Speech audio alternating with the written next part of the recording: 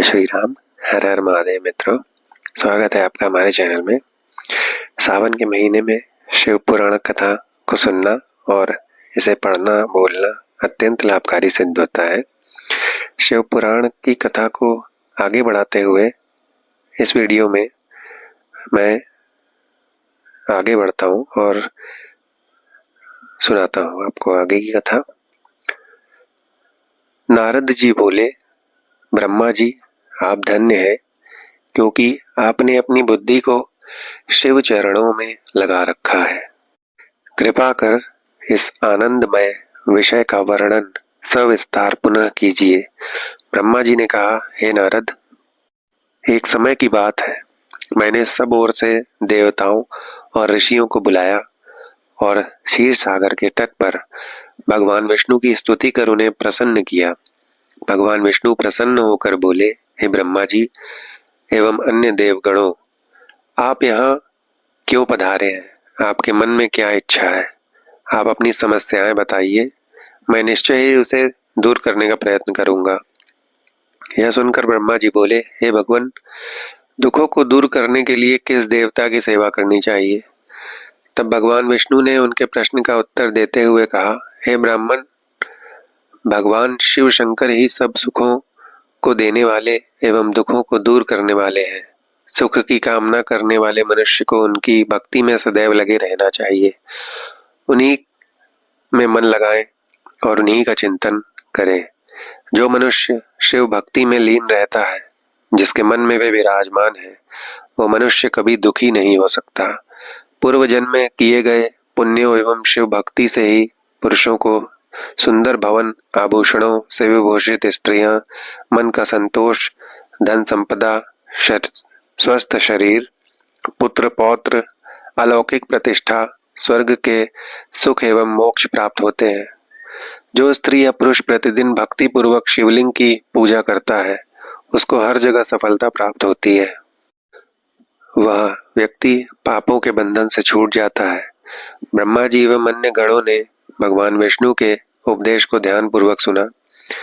भगवान विष्णु को प्रणाम कर कामनाओं की पूर्ति हेतु उन्होंने शिवलिंग की प्रार्थना की।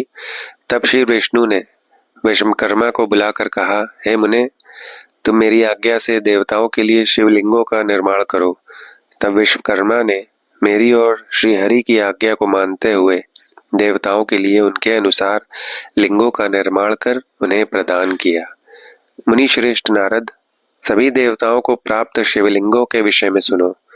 सभी देवता अपने द्वारा प्राप्त लिंग की पूजा उपासना करते हैं।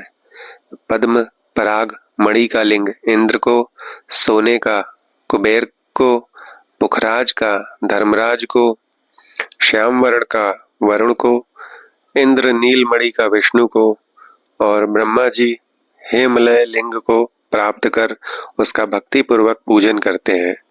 इसी प्रकार विश्वदेव चांदी के लिंग की और वसुगण पीतल के बने लिंग की भक्ति करते हैं। पीतल का अश्विनी कुमारों को, स्फटिक का लक्ष्मी को, तांबे का आदित्यों को और मोती का लिंग चंद्रमा को प्रदान किया गया है। वज्रलिंग ब्राह्मणों के लिए और मिट्टी का लिंग ब्राह्मणों की स्त्रियों के लिए है। मयासुर चंदन द्वारा बने लिंग का और नागों द्वारा मूंगे के बने शिवलिंग का आदर पूर्वक पूजन किया जाता है। देवी मक्खन के बने लिंग की अर्चना करती हैं। योगी जन भस्ममय लिंग की, यक्षगण दधि से निर्मित लिंग की, छाया देवी आटे के लिंग और ब्रह्म पत्नी रत्नमय शिवलिंग की पूजा करती हैं। बाणासुर पार्थिव लिंग की पूजा करता है। भगवान विष्णु ने देवताओं को उनके हित के लिए शिवलिंग के साथ पूजन विधि भी बताई। देवताओं के वचनों को सुनकर मेरे हृदय में हर्ष की अनुभूति हुई। मैंने लोगों का कल्याण करने वाली शिव पूजा की उत्तम विधि बताई। यह शिव भक्ति समस्त अभीष्ट फलों को प्रदान करने वाली है।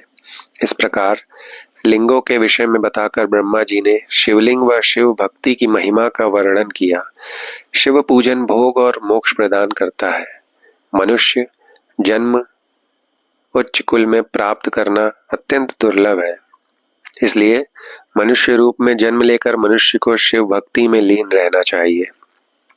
शास्त्रों द्वारा बताया गए मार्ग का अनुसरण करते हुए, जाति के नियमों का पालन करते हुए कर्म करें। संपत्ति के अनुसार दान आदि दें। जप तप यज्ञ और ध्यान करें। ध्यान के द्वारा ही परमात्मा का साक्षात्कार होता है। भगवान शंकर अपने भक्तों के लिए सदा उपलब्ध रहते हैं। जब तक ज्ञान की प्राप्ति न हो तब तक कर्मों से ही आराधना करें। इस संसार में जो जो वस्तु सत असत रूप में दिखती है या सुनाई देती है वह परब्रह्म शिव रूप है। तत्व ज्ञान न होने तक देव की मूर्ति का पूजन करें। अपनी जाति के लिए अपनाए गए कर्म का प्रयत्न पूर्वक पालन करें। आराध्य देव का पूजन श्रद्धा पूर्वक करें, क्योंकि पूजन और दान से ही हमारी सभी विघ्न और बाधाएं दूर होती हैं। जिस प्रकार मैले कपड़े पर रंग अच्छे नहीं चढ़ता है, परंतु साफ कपड़े पर अच्छी तरह से रंग चढ़ जाता है, उसी प्रकार देवताओं की पूजा अर्चना से मनुष्य का शरीर पूरी तरह निर्मल हो जाता है। उस पर ज्ञान का रंग चढ़ता है और वह भेदभाव आदि बंधनों से छूट जाता है। बंधनों से छूटने पर उसके सभी दुख दर्द समाप्त हो जाते हैं और मोह माया से मुक्त मनुष्य शिव पद प्राप्त कर लेता है।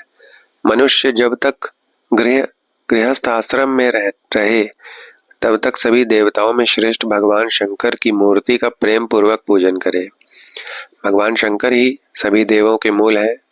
उनकी पूजा से बढ़कर कुछ भी नहीं है। जिस तरह वृक्ष की जड़ में पानी से सींचने पर जड़ एवं शाखाएं सभी तृप्त हो जाती हैं, उसी प्रकार भगवान शिव की भक्ति है। अतः मनोवांछित फलों की प्राप्ति के लिए शिव जी की पूजा करनी चाहिए। अभीष्ट फलों की प्राप्ति तथा सिद्धि के लिए भगवान शिव का ही पूजन करना चाहिए। सभी प्राणियों को यह अपने पूरी क्षमता से करना चाहिए। शिव पूजन की सबसे श्रेष्ठ विधि को बताते हुए ब्रह्मा जी कहते हैं, हे नारद, अब मैं शिव पूजन की सर्वोत्तम विधि बताता हूँ। ये विधि समस्त अभीष्ट तथा सुखों को प्रदान करने वाली है। उपासक ब्रह्म मुहूर्त में उठकर जगदम्बा पार्वती और भगवान शिव का स्मरण करें।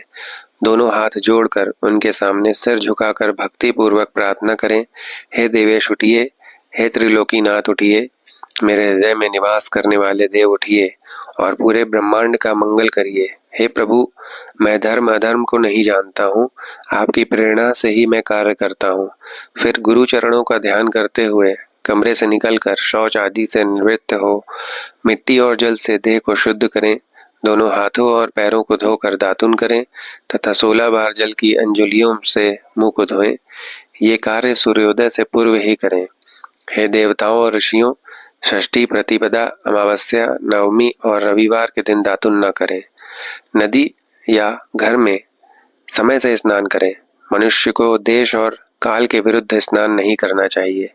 रविवार, श्राद्ध, संक्रांति, ग्रहण, महादान और उपवास वाले दिन गर्म जल में स्नान न करें। क्रम से वारों को देखकर ही तेल लगाएं। जो मनुष्य नियम पूर्वक रोज तेल लगाता है उसके लिए तेल लगाना किसी भी दिन दूषित नहीं है। सरसों के तेल को ग्रहण के दिन प्रयोग में न लाएं। उसके उपरांत स्नान पूर्व या उत्तर की ओर मुख करके करें। स्नान के उपरांत स्वच्छ अर्थात धुले हुए वस्त्र को धारण करें। दूसरे के पहने हुए या रात में सोते समय पहने हुए वस्त्रों को बिना धुले धारण न करें। स्नान के बाद पितरों एवं देवताओं को प्रसन्न करने हेतु तर्पण करें। उसके बाद धुले हुए वस्त्र धारण करें और आचमन करें। पूजा हेतु स्थान को गोबर आदि से लीप कर शुद्ध करें। वहां लकड़ी के आसन की व्यवस्था करें। ऐसा आसन अभीष्ट फल देने वाला होता है। उस आसन पर बिछाने के लिए मृग अर्थात हिरण की खाल की व्यवस्था करें। उस पर बैठकर भस्म से त्रिपुंड लगाएं। त्रिपुंड से जप तप तथा दान सफल होता है। त्रिपुंड लगाकर रुद्राक्ष धारण करें। उसके बाद मंत्रों का उच्चारण करते हुए आचमन करें। पूजा सामग्री को इकट्ठा करें। फिर जल, गंध और अक्षत के पात्र को दाहिने भाग में रखें। फिर गुरु की आज्ञा लेकर उनका ध्यान करते हुए सपरिवार शिव का पूजन करें। विघ्न विनाशक गणेश जी का बुद्धि सिद्धि सहित पूजन करें। ओम गणपत्याय नमः का जाप करके उन्हें नमस्कार करें तथा क्षमा याचना करें।